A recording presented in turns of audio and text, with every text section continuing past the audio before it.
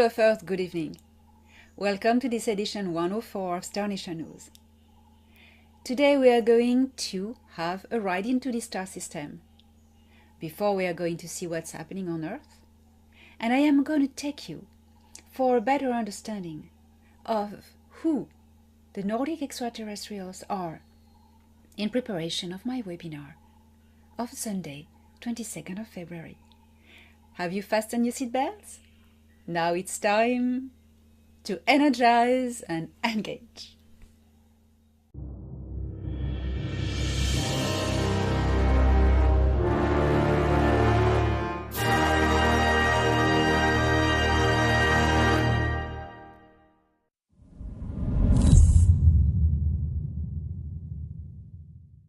There is a lot going on Earth, revealing certain files that were held back by the deep state, thanks to a very clever game of Mr. T and his friends.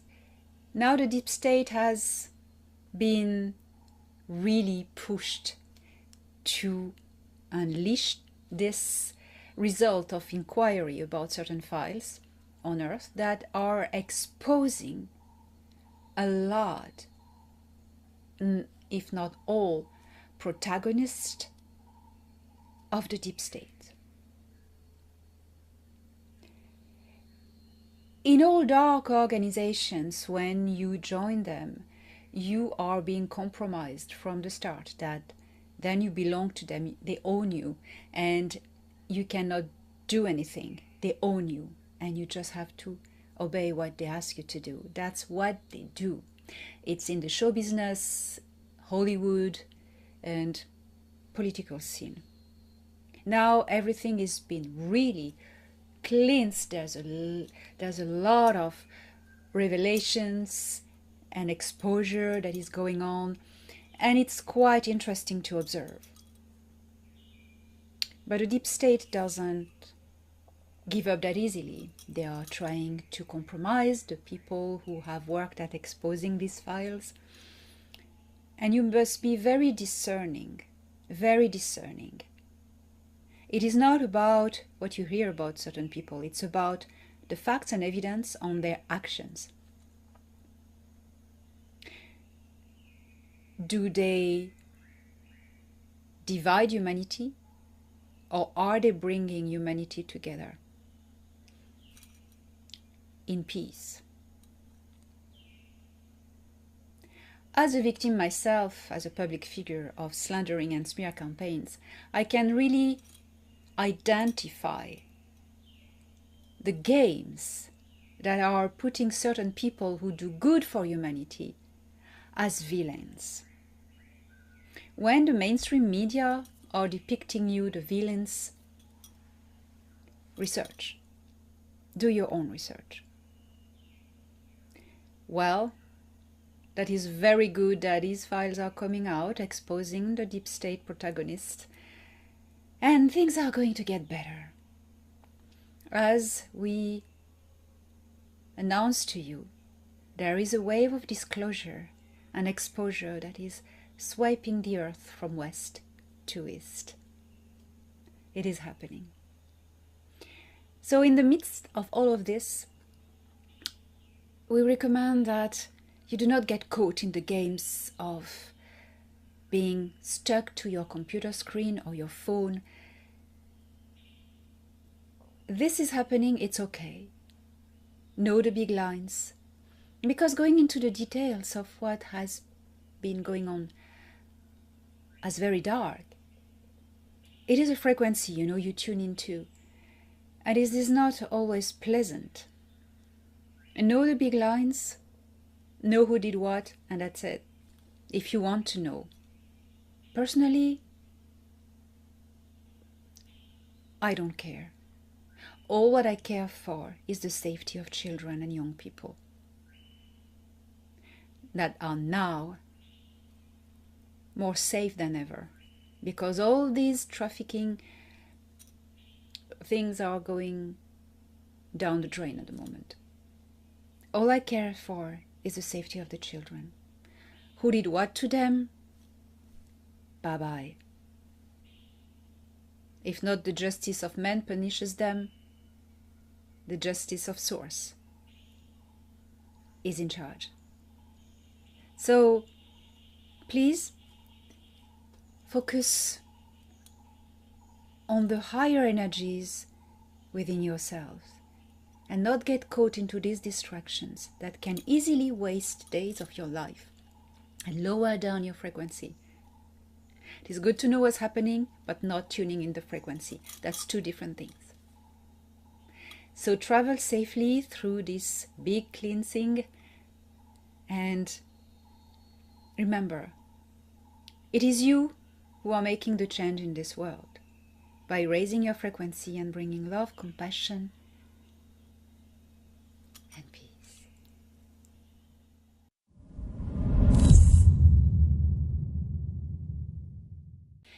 In the solar system, I am bringing you to the second planet, Venus, called Nara by its inhabitants. Who are the inhabitants of Venus? They are colonies that are here a long time ago. Refugees from the explosion of planet Maldek, the fifth one. Refugees from Mars. And also colonies arrived there after the big flood occurred on Earth. What Enlil did, what Enlil perpetrated as a massacre, as he wanted to wipe out humanity on Earth, 12,600 BC. These refugees also have fled to Venus, but Venus already had infrastructures in the undergrounds. Venus, as I describe it in my book, We Will Never Let You Down, has a lot of underground, big, huge cave and systems of lava tubes. And in these underground, it's like in inner Earth, but it's inner Venus, you have cities with an incredible technology.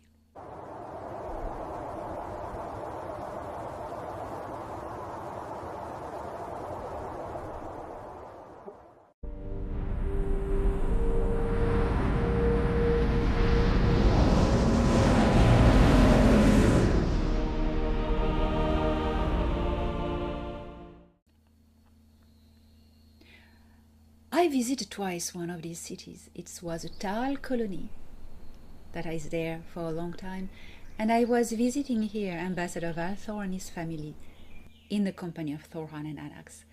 I describe everything in We Will Never Let You Down. I published in 2021. Recently, in 2026, February 9, NASA came out with a big disclosure information confirming the discovery of lava tubes and huge network of huge, incredibly huge caves under the surface of Venus. So here is my 31st corroboration. Venus is not a planet you can live on the surface. Oh, not at all. It's sulfuric acid clouds. Well, carbon life cannot live there, but sulfuric acid organism based can, and there are a lot. Venus is a very surprising world, scorching hot, unlivable for humans and biological carbon beings on the surface, but underground it's beautiful. It is as beautiful as our inner Earth. Forests, rivers, artificial skies. If you want to know more, I invite you to read We Will Never Let You Down.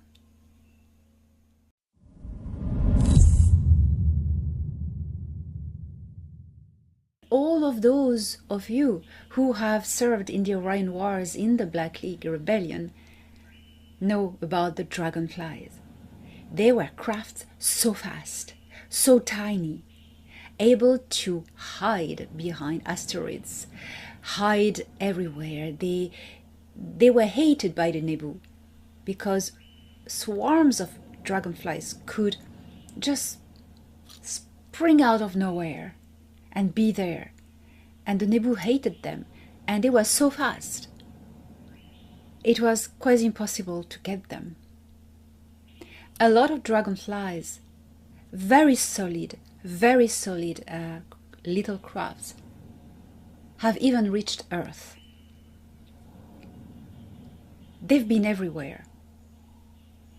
We try to evacuate populations, but it doesn't transport a lot of people in it. But there were swarms of it, swarms of it.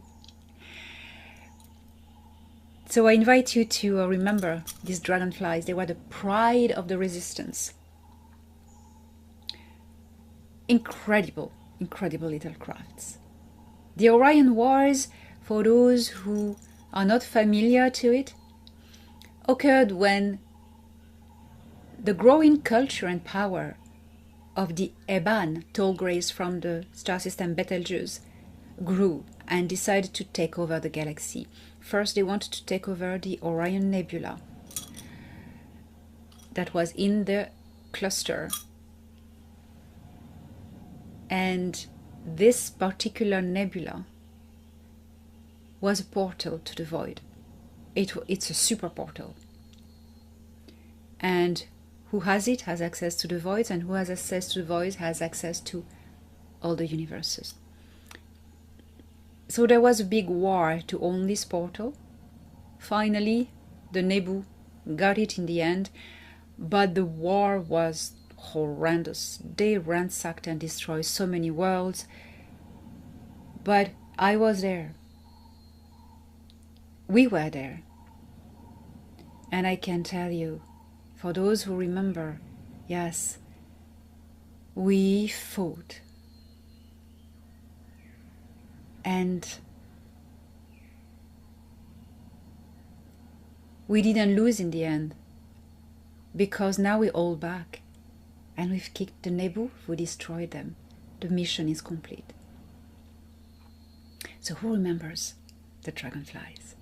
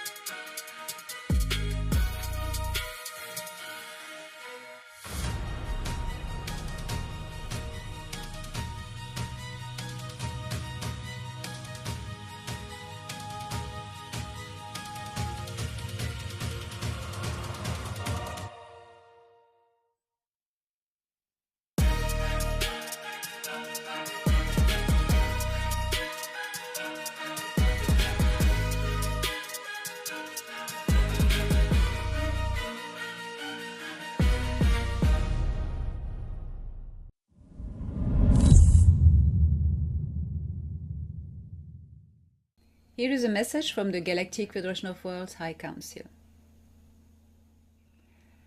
Humans of Earth, we speak to you not as saviors, not as judges, and not as rulers of hidden paths, but as witnesses.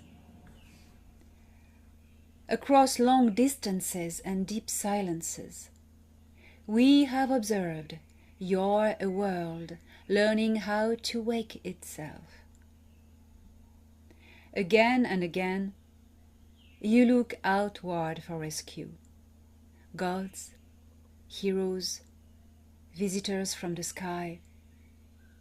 Yet the truth is simpler and far more powerful. You are already what you are waiting for. No future is delivered from elsewhere. It is grown, choice by choice, through courage, imagination, and the stubborn refusal to surrender. Every system you endure was built by minds like yours. Every system you will transcend will be undone the same way. Resilience is not the absence of fear. It is the decision to act anyways.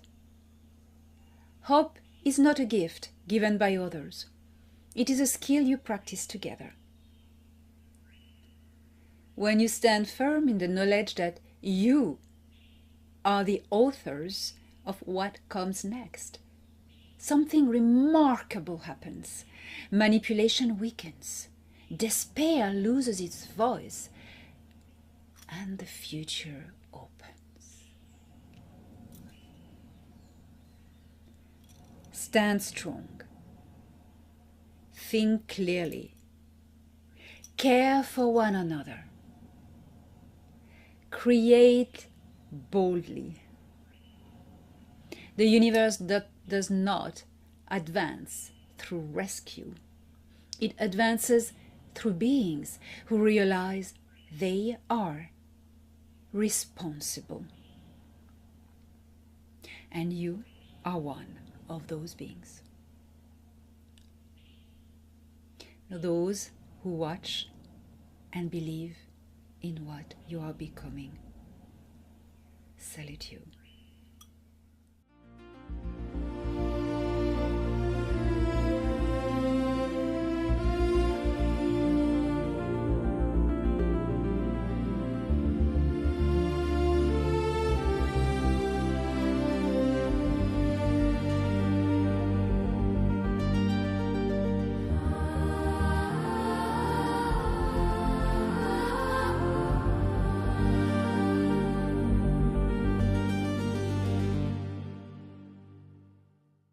Come and meet me in Sweden, and Japan, and in Nashville, with a little appearance in France on May 9th to 10th.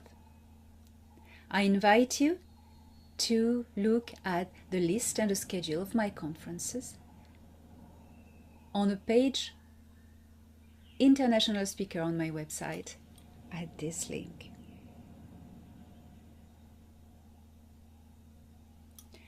I am changing the way I am approaching the conferences. I have always been very professional, and I will still continue to be even more professional, not for profit, but for the public, for you. I am coming to meet you.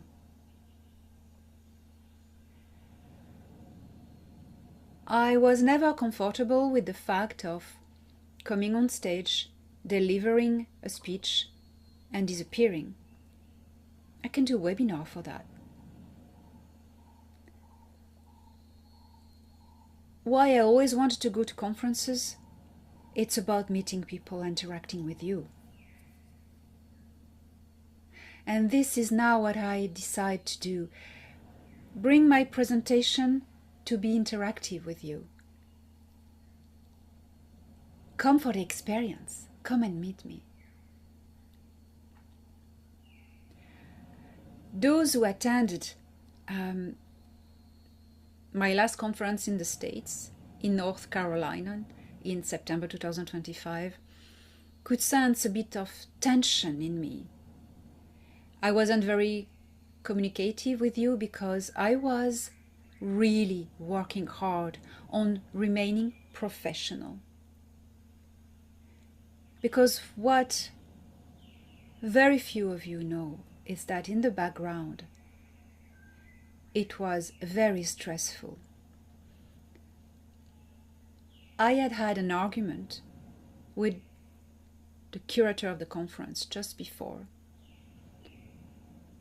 because she wanted to push me to bring spaceships for her to sell tickets, and I refused, saying that the Galactic Federation of World is not an entertainment service provider. So things got really, really weird, really nasty, abusive, putting out false statements to make people think I would bring spaceships, so I had to make a counter statement saying no, I never promised that. And it was really, really a very dark and bad energy behind the scene. I can tell you, behind the curtain, it wasn't nice to see. I kept my frequency high. I was here to deliver knowledge. I did it. I'm proud of it. But this will not happen again like this. I have let go of these people who are not in the frequency I wish to work. I do not think people change. I think people reveal who they are with the change of times. These people revealed who they are. I'm not talking about the event planner, who are amazing, high frequency, intelligent people whom I adore. I'm talking about the curator, this lady. I don't agree with alcohol abuse,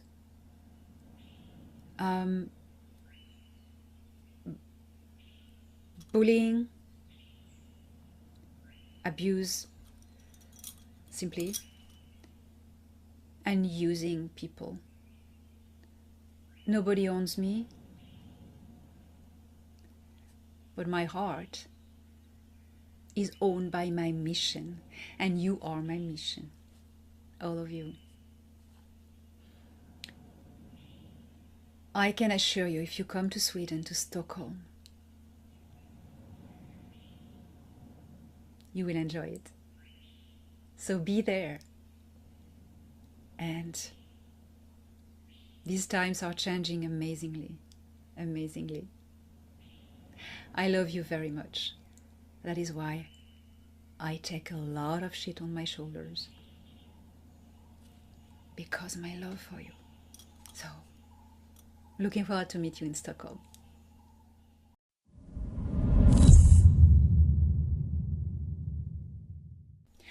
Who are the various races we call on Earth the Nordics? And what are their agendas?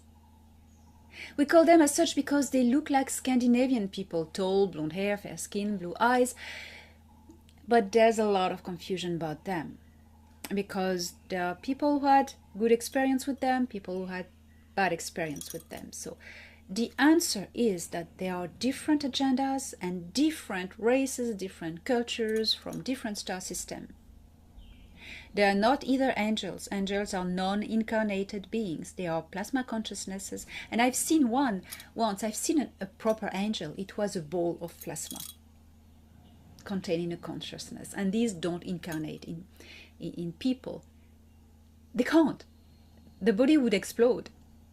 So during the ancient times, people thought the ETs visiting were angels because they had no other reference. But they were not. They are depicted with wings on the iconographies because it means people who can't fly. Iconographies are not true depiction of reality. They are a scripture, and that's the Egyptologist who's speaking now. They are a scripture. You have to decode. What does the artist want to represent? What is the message? What does it tell? What are the codes culturally from the time that tells, oh, that means this guy can fly. Of course, in spaceship. Can be beamed down, beamed up. Nordic aliens never were angels and never were demons. You have the positive agendas and the negative agendas, and I'm going to go over this in my next webinar, Sunday 22nd. Be there. It's going to be very interesting. The positive agendas, you have the people from the Pleiades, the systems of Taygeta and Maya. Not Alcyon. Alcyon are renegade Tal who betrayed the Taygeta system and they wanted to ally, which they did, with the Dark Fleet, the Sikaar Empire and the Nebu, and also the deep state on Earth. There's a lot to say about the Tal Shiar, Alcyon, Tal. And then you have, as positive agendas, the Centauri system. Silo, Meton, Hadar, Aruma, Tul, they're all Federation members. And most of them are in charge of exchange science programs with Earth. You have the Tau Ceti systems, the Aramani, who are rather blonde people, tall, blonde, and the Elani, who are red-haired. They look a bit like Irish people. You have the Series B Tashkeru, like Myra, managing with the Pleiadians the Galactic Federation of Worlds, and also the Ashtar Galactic Command. I will get over this in details in my webinar. You have the Wolf 424 Ummites in the Virgo constellation, Galactic Federation of Worlds. They are characterized by a high forehead, tall blonde, and also are involved in a science program with Earth, a civilian science program. You have Epsilon Eridani, the Kahil, the Fornax Galaxy Egoni, and more positive agenda I will describe in my upcoming webinar. In the negative agenda, you have, of course, as I was telling you, the Alcyon Tal Shiar, Jahya, very deceptive. They are a breakaway group of Tal renegades from Temar, Taygeta system. They allied with the Nebu, the Cabal, the Dark Fleet, and they gave to Earth, Fourth Reich Antarctica, a lot of technology. Such have the Aldebaran Nordic-looking beings. Aldebaran in the Taurus constellation is associated with the dark faction of Anunnaki there. Dark faction more linked with Enlil. And when we know Enlil is linked with the Sikaar Empire because he's a Sikaar himself, half Sikaar, we understand better the link with the Dark Fleet, allying with the Sikaar Empire. The Aldebaran Nordic lookings are very interesting people because you really must know about them. This collective has been working closely with the Nazis and provided them with technologies such as blueprint for the Honebu flying saucer craft. In the negative agendas, you have also the Altair collective from Aquila, same involvement with the Dark Fleet and the Deep State on Earth,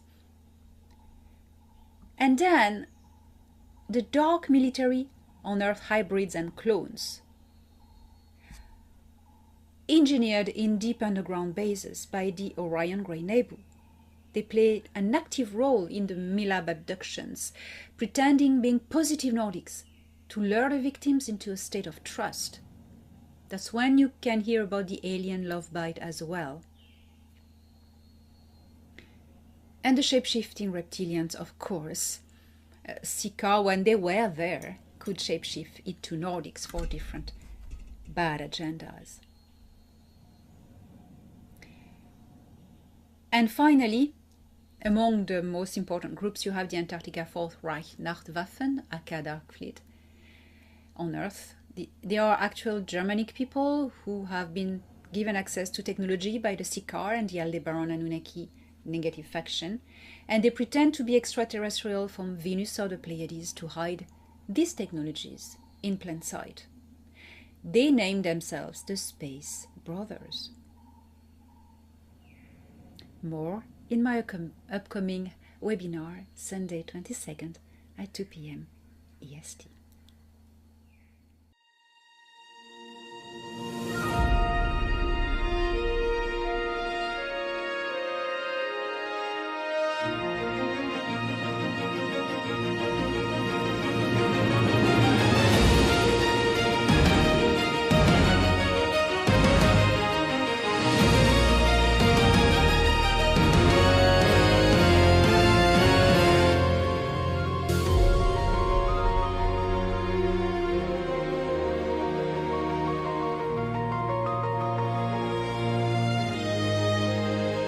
Analyzing data.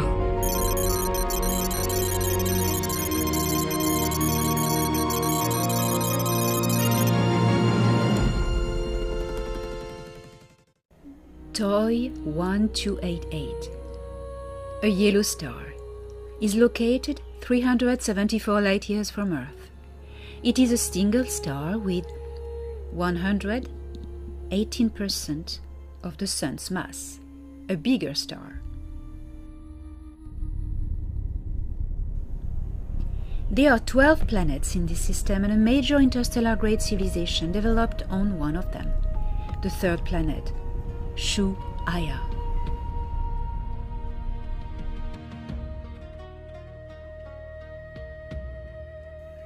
the Nori rapidly conquered the rest of their star systems, colonizing as many planets and moons as possible to expand their population and prosperity by exploiting the abundant resources on these worlds.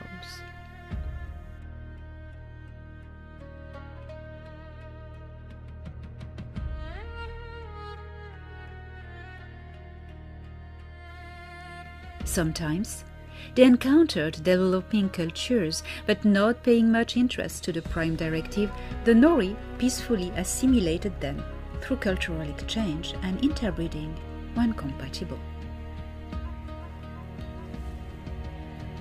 The Nori are seen as overlords by the populations of Purimar, whom they frequently exploit for labor.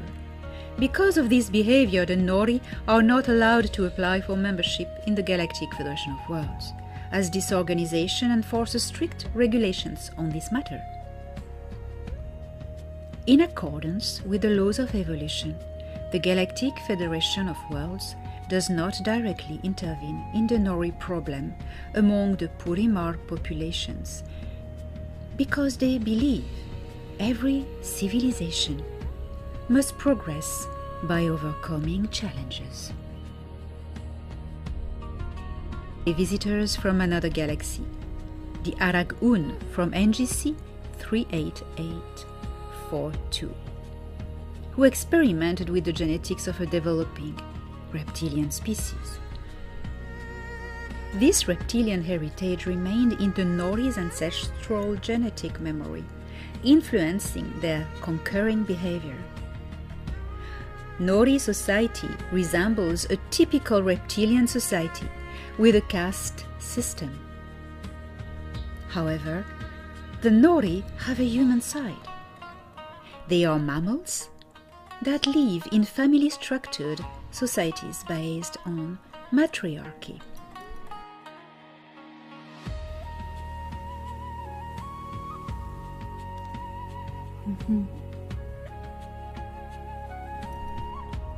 The Nori, members of the Galactic League of Merchants, trade the abundant resources from their star system at many commercial outposts and deep space stations in the Nataru Galaxy and beyond. The Nori are known for their great skills at commerce and for being profit makers, as well as for their great intelligence in the domain of trade, which is further aided by their dismissal of the notion of ethics. Even the Kilitokurt dislike trading with them. Their education system is based on raising their children with a sense of superiority towards other Purimar cultures and training them to be profit hunters. For the Nori, art only has a value if it is financially profitable. You won't be welcomed on Shu'aya if you have nothing to offer.